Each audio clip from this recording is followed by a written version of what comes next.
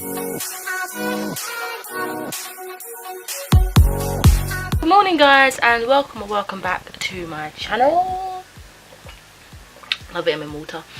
So today I thought I would kickstart the continuation of Harry Potter and the Goblet of Fire, doing my reading for the first time vlogs.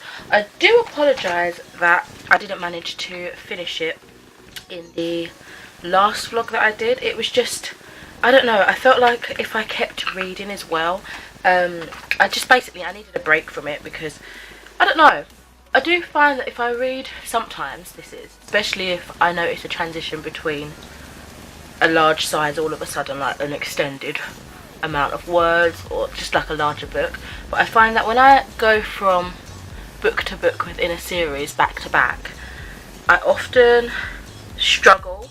Like, it's not my favourite way to read. Sometimes, like, depending on the book again, sometimes I will enjoy a marathon in a series, or marathoning like a couple of books within a series, but most of the time I will preferably opt for reading something in between.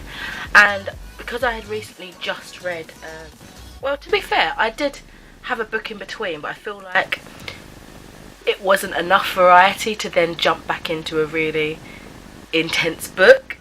But because before Goblet of Fire I read Skullduggery Pleasant Mortal Coil, but before that I read Harry Potter and the Prisoner of Azkaban.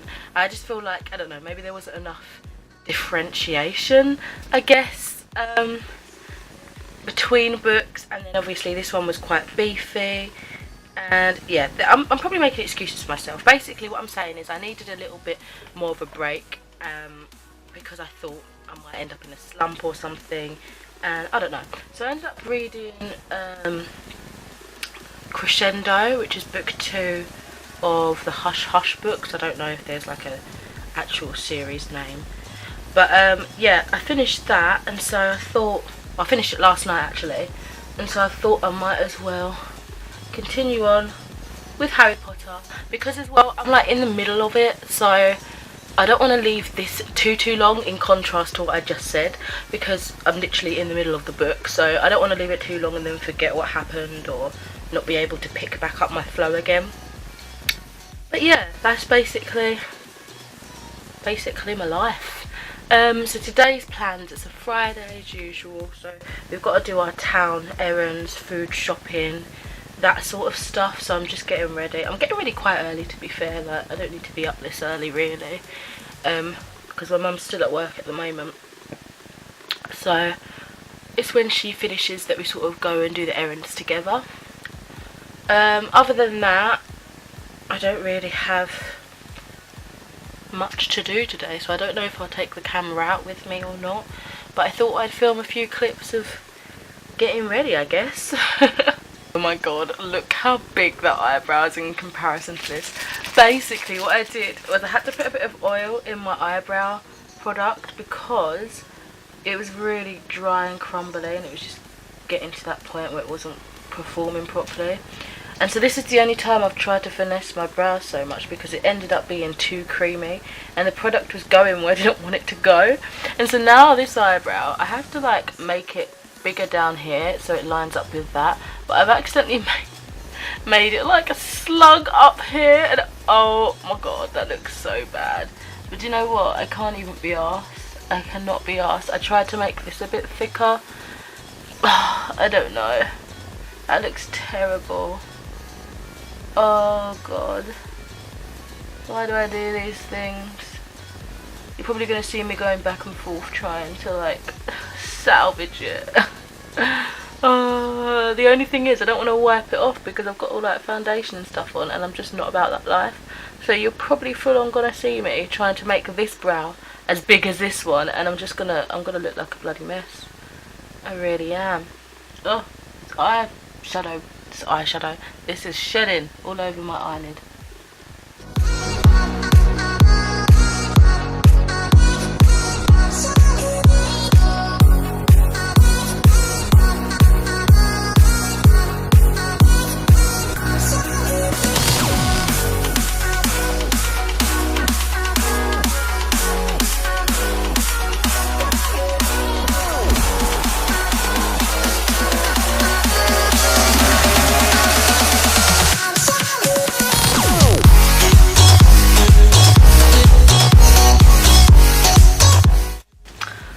So for the past couple of weeks I've been sort of challenging myself with this palette that I showed earlier. This is the Belle Jordan collaboration with Obsession, and basically I don't know why, but I've just decided that I wanted to go row by row. Like, so I did 4 looks going like rows, and then I did another 4 looks with columns. Now I'm doing the quads, so I've just done the second quad here, and then the next look will be this quad, then this quad, and then I'll probably do like the quads in the center.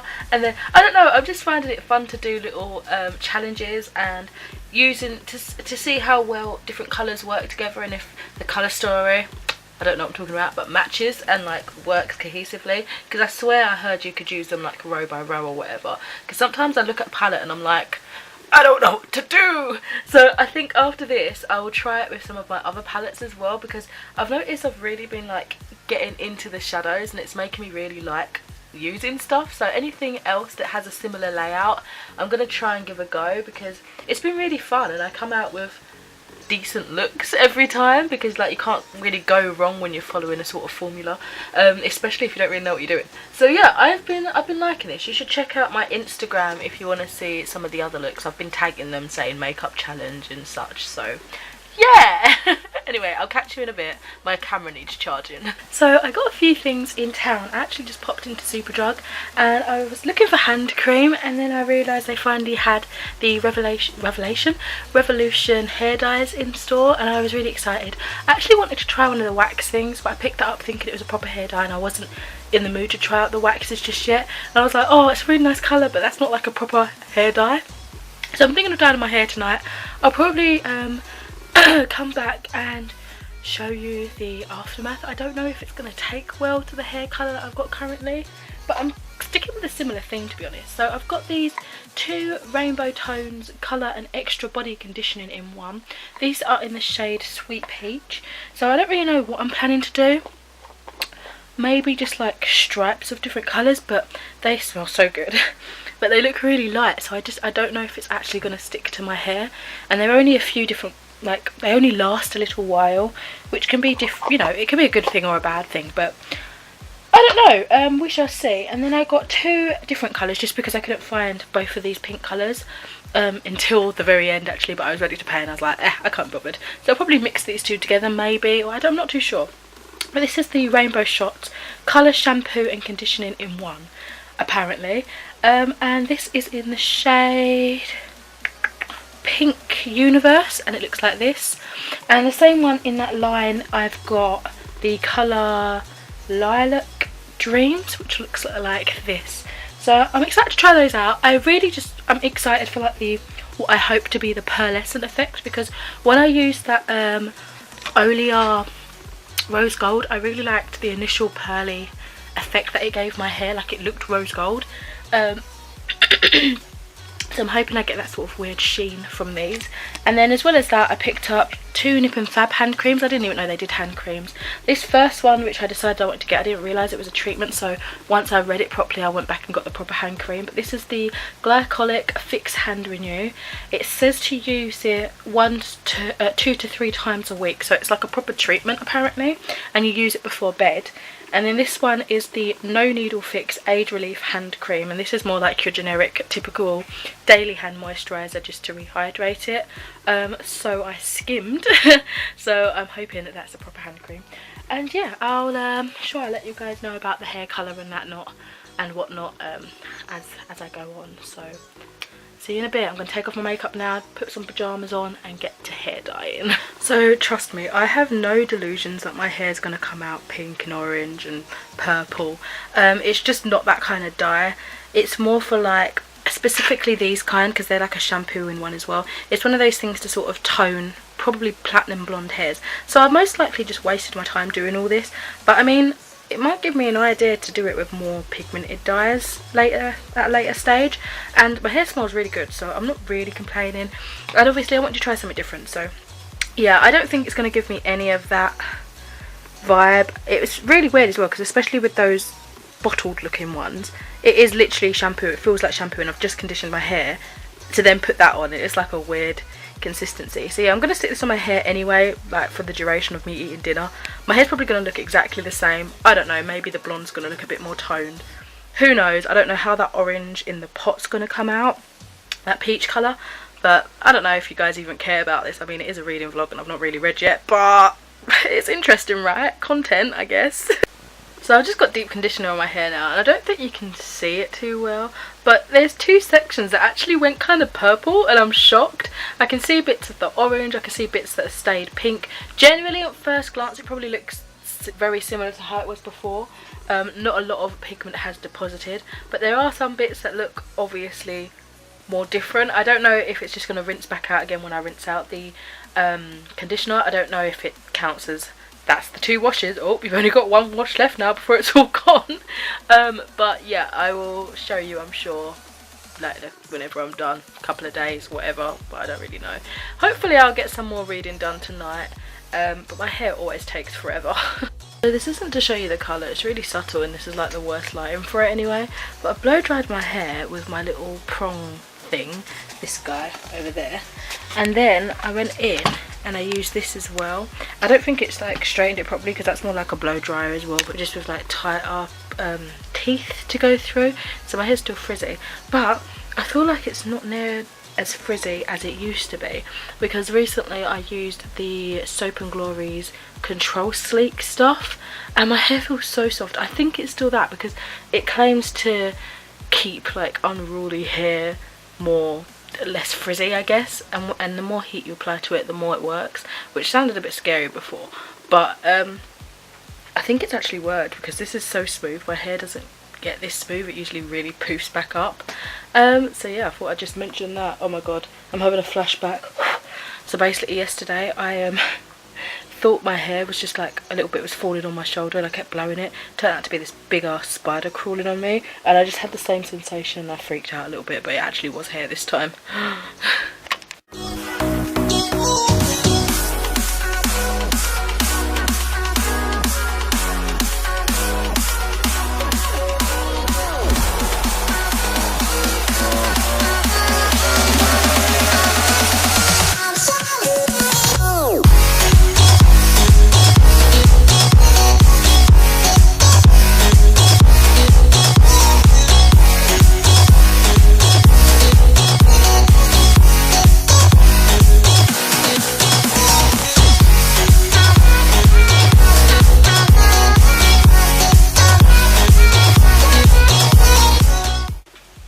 Everybody, so plans for the day include a lot of reading and chilling, and of course I've started the day off with a face mask and like watching tons of booktube. That wasn't my intention, but it's happening. So yeah, I'm gonna just wash my face mask off and start on my reading. I think it's gonna be a relaxed day, but I'm hoping I can do nice chunks. I feel like in hindsight, I don't know if I mentioned, but I ended up getting rid of the Forest app just because I wanted to try it, and I didn't want to spend money on like the premium stuff to get a proper Forest going, which is what I kind of was hoping for, but obviously no, money makes the world go round. But if I had that, it really did help me focus, and I'd get a few chapters read and whatever, but I don't know, I just need to knuckle down. I just have the temptation recently to watch stuff rather than read, I guess. Maybe it's the pressure of knowing that I'm filming a reading vlog that's making me like, I don't want to read.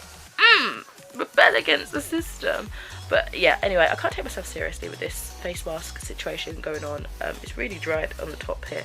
So yeah, I'm going to go and sort myself out. Yeah, that's probably the best bet. I think I've noticed a few times in this particular book about Hermione's pronunciation. I think when these were coming out, people kept calling her Hermione, and they'd never really seen her name before, so they were pronouncing it really wrong. And I feel like they've gone to extents in this book to say her name like phonetically. For example, she's talking to Crumb, isn't she, and she's trying to teach, like at the Yule Ball, and she's trying to teach him how to say her name properly, and obviously she's like sounding it out, so it's written phonetically. And I just feel like it's a slight hint from J.K. Rowling to be like, this is how you pronounce her name. Because I don't know if I really don't know the history in terms of when the films were released during books. Like when the films were released or being released, was the book still being written? I don't know how far, but everyone was shocked, weren't they? So I heard in the first film when they heard her being called Hermione, and they were like, what? So I don't know if that synced up with when this was published or whatever, but it sounds like she's gone to great lengths to try and get people to pronounce it properly. I don't know. Just thought that was funny. I'm shocked that they've just discovered that Hagrid's like half giant. I thought that was obvious. I don't know if it's because they might have said something in one of the random films I'd seen as a youngster or whatever, but I always assumed he was a giant. I didn't know there was a whole like taboo hush hush around it. How strange. So yeah, that was an interesting dynamic for me to read. I was like, what okay. this is something new. The camera just did the weirdest thing. I looked purple. Anyway, really random, but I've just watched Sasha's video called Sasha from Abookutopia, called Why Long Series Are Better, and I just thought I'd share with you my little quick response. I thought maybe I should do a video, but I don't really have too much to say. I just thought I'd share with you my comment because it's a really interesting topic. So I said, this is a super interesting discussion. I think you have some excellent points. You guys should go watch the video if you haven't already. She basically gives her reasons why long series are awesome. Some of them are silly, some of them are like proper reasons. I think you have some excellent points. However, I get so intimidated when there's a series I want to start, yet I know there are quite a few books in this series. I need to get over that, because when I just jump into one without realising, I tend to enjoy the journey far more instead of thinking, I have 6 books left, when really that should be part of the fun, because you know, you get more time in a beloved world. I think my main worry, however, is the fact that where you have so many books within the series, there's more risk of disappointment or failure, or that the books will go downhill, because by this point you've invested, I haven't thought, this is me ad-libbing now, by this point you've invested so much in the series, you've probably fallen in love with the characters, and then there's just that general worry that I have in the back of my head, thinking something's going to go wrong, the writing style's just going to go off, something's going to happen in the plot that I'm going to just find lacking, and something's going to, you know, and then I'll be forced in my mind, because I've come so far, to finish reading the series knowing that I'm going to be disappointed and feeling unaccomplished at the end. Do you know what I mean? So I always have that fear as well. And then what else did I say? But yeah, thanks for discussing, Sasha. Yeah. Anyway, so yeah, those are my thoughts. Really interesting topic, and I hadn't really thought about it too much. And it's funny, really, because in relation to one of my goals this year, I wanted to tackle some of the unfinished books that I'm currently reading within a series, so that I could start some new ones and also focus mainly on standalones and stuff like that. So yeah, I just thought that was an interesting time for me to randomly watch this video, and those are my thoughts in regards to it. Let me know what you think. Yeah, interesting food for thought, is that what it is? Oh my gosh, I'm so happy that Harry and Hermione proper had to go out Rita's scooter in the 3 broomsticks. Oh my god, she was horrible. Why is this woman picking on children and teaching? Like, who cares? Why is she so involved? Anyway, I loved that they proper sticked up for Hagrid, and they were like proper going up at her in front of everyone, so hopefully people would like see them in a different light now. But I know Rita Skeeter's gonna warp that into something. She had her little quick quills notes out, didn't she? So she's probably writing something spiteful to get back at them, which is so childish, because she's a grown-ass adult and they're kids. Like, what? I cannot stand her. Whenever I see her name mentioned or anything, my blood boils. I get so angry.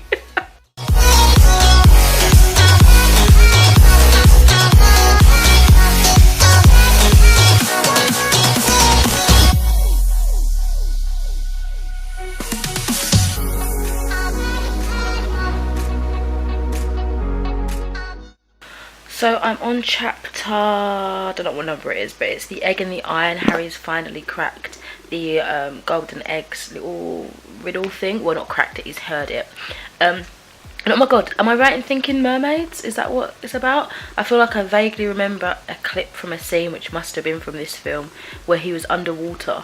But maybe I'm making that up now. But it sounds like mermaids, right? I'm not being stupid, am I? But they're quite vicious ones, I think. I don't know. Am I thinking of like, I don't even know, what's it called? Peter Pan with the vicious mermaids or something? Or maybe like, am I thinking of Pirates of the Caribbean? I'm probably right, but also I don't want to look like an idiot.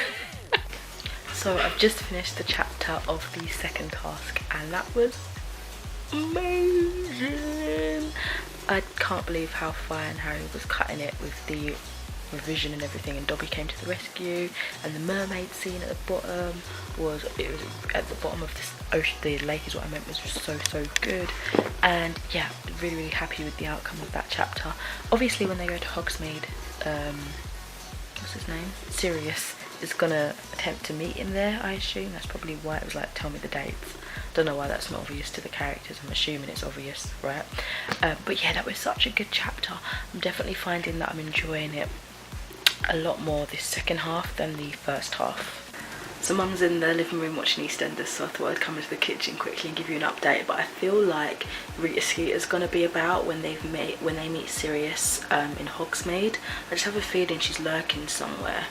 Like, especially now after getting that information about Crumb and Hermione, like, I don't think he would have gone to her really and said all of that. I feel like she must have been lurking somewhere, but I don't know. So maybe she's lurking again. We shall see.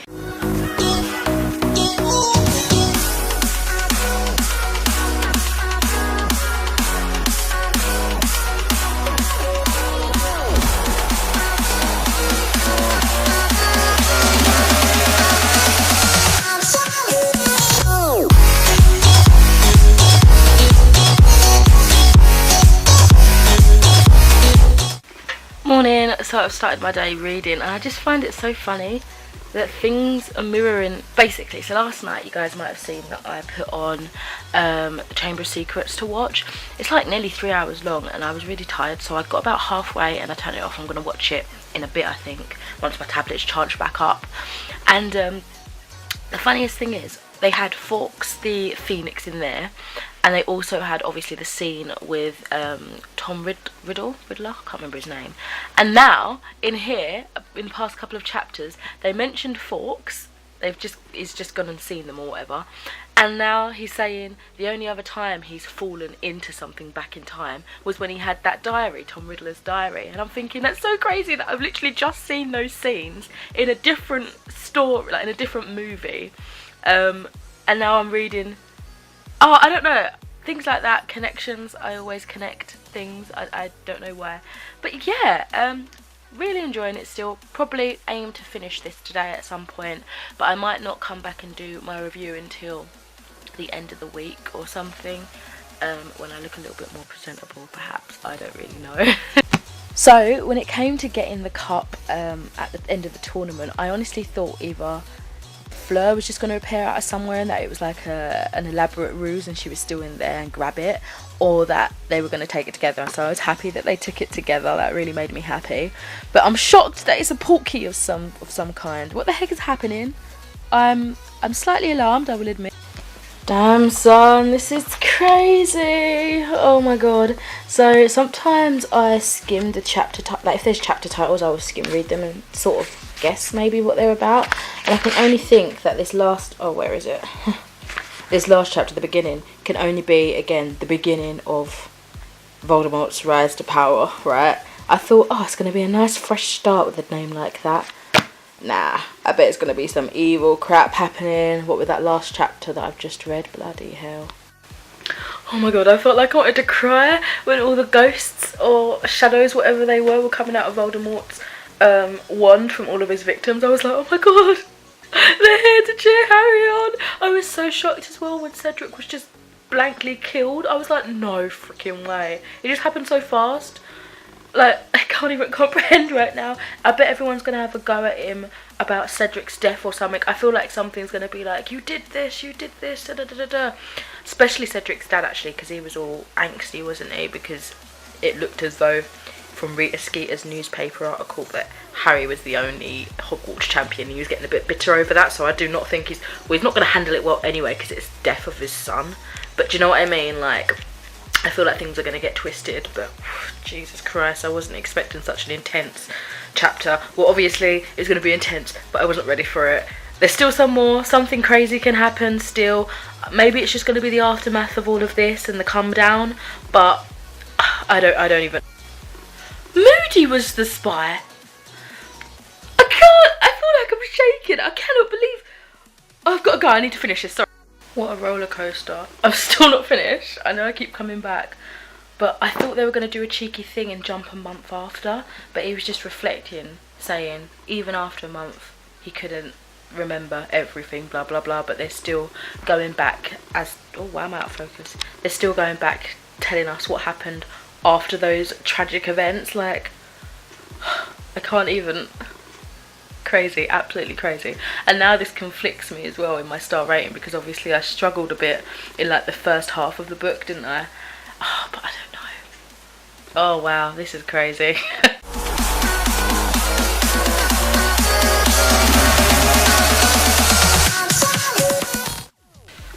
Okay, whoa Nelly, I have so much to talk about.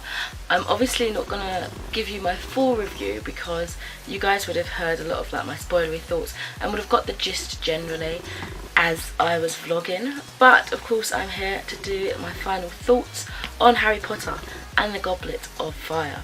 I was so confused at how I was feeling because, as you guys know, if you watch the full vlog, I was really struggling to get through that first half. It took me around 60-ish pages, which when you think about it, it doesn't sound a lot, because generally for me in a novel it takes about 50 pages, but that's in like a standard 300 to 400 book. I feel like when you consider the size of the font and how big this is, to me 60 pages seems like a lot of effort to get through first before you finally get something out of it. I don't know if that's just how I'm thinking about it, but it was a struggle is what I'm saying. Oh, I forgot to mention, because I'm not going to be saying every single feeling in this vlog, in this review part of the vlog, I do have my Goodreads review if you want to like have a proper read through the points. I will link my regular Goodreads as usual in the description. It's not a direct link to the review, but it's my profile, so you'll see like what I've just read and everything. Anyway, so yeah, I ended up giving this actually a high score. I gave it a 4.5 out of 5, but I just want to touch base quickly on why I was struggling in the first half. I think the main reason for that really was that I was just bored with the Quidditch tournament, and that was everything everyone was talking about, and I was just like, come on, I want to be back at school. Like, I love Quidditch, but I like the, you know, the less hyped version, I guess, in a school setting where it's just like, I know it's competitive, but it's just a casual school game at a smaller scale. I enjoy it that way. I feel like with the tournament, it was just so, I'm calling it a tournament because I'm thinking of the tribe as a tournament. With the World Cup, I'm thinking it was just so blown out of proportion that I couldn't enjoy it as much anymore, and honestly I felt like it just dragged. So that's got to be like my main reason for why ultimately I ended up putting it down halfway through, picking up another book and coming back to it. But I feel like that was the best thing I could do, because I could feel myself going into a slump, and then when I came back I felt like it made my reading experience stronger. The story for me personally got stronger. It was just heading in the direction that I was enjoying, and I ultimately enjoyed the last half so much more than the first half. That's why I was confused, like, what do I give it? Like, it's literally a whole half of the book that I wasn't enjoying too much. Like, I liked it, it was alright, and obviously when the Quidditch World Cup was over, I started enjoying it more, but it was that second half that really sealed the deal for me, especially when the tribe as a tournament was coming into play. I adored that. Again, in my Goodreads review I have a whole section talking about quite a few characters, mainly, you know, our trio and their development. I will say Harry, amazing development in this. I thought he was amazing. The way he conquered or tried to act brave in the face of enemies and just things that were out of his control, I thought was phenomenal. I really do feel like he grew so much as a character, and obviously as a main character as well, which is awesome. I do think the others, Hermione and Ron, had different levels of growth. Out of the other two, Hermione definitely had more. Ron, I feel like in this book he just felt mainly like a comic relief.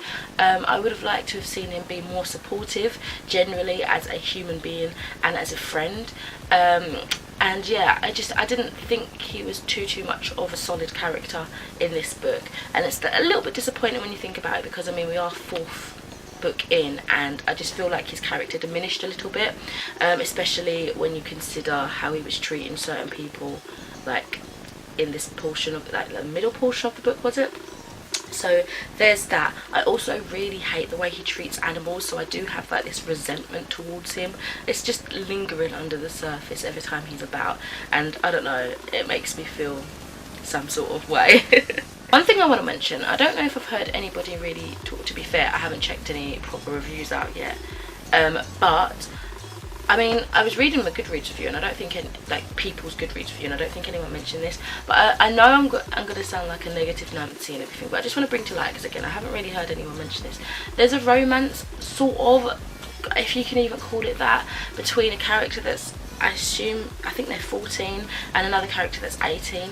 And when you think about it, yeah, that's not a big age gap, but to me, I feel like the mental and physical growth of a 14-year-old is completely different to that of an 18-year-old. They're still teenagers, they're still kids, yeah, and an 18-year-old typically, generally, I feel, has a certain level of immaturity. I mean, immaturity is like an ageless thing, but you know what I mean, like their brains are still developing.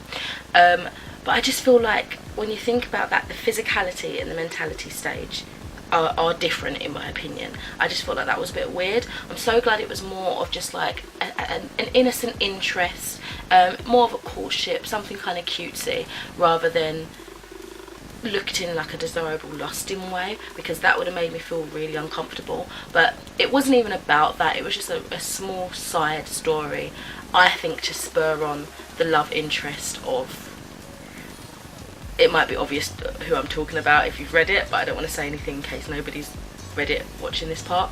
But yeah, I mean, I just wanted to highlight that just because I feel like it could have gone weird, and it didn't, and I appreciate that it didn't. But I just wanted to share my thoughts on that. I don't have an issue with age gaps as long as they're like in consent, and I feel like when they're under that age but there's still quite a few years between them, I feel like that's a little bit something you should keep an eye out for, if that makes sense. Anyway, the ending, honestly, twist upon twist upon twist. I was not expecting any, I think, of the things that happened in the last like 100 200 pages. Things were completely ricocheting. I was floored, my mouth dropped to the ground. I wasn't expecting anything that had happened, and I had so many suspicions and so many different characters, like specifically when you think about the teachers, so many so many were like playing up in a way that I wasn't expecting, and I don't know, everything just left me gobsmacked, I think, is honestly the only way that I can explain it smoothly enough.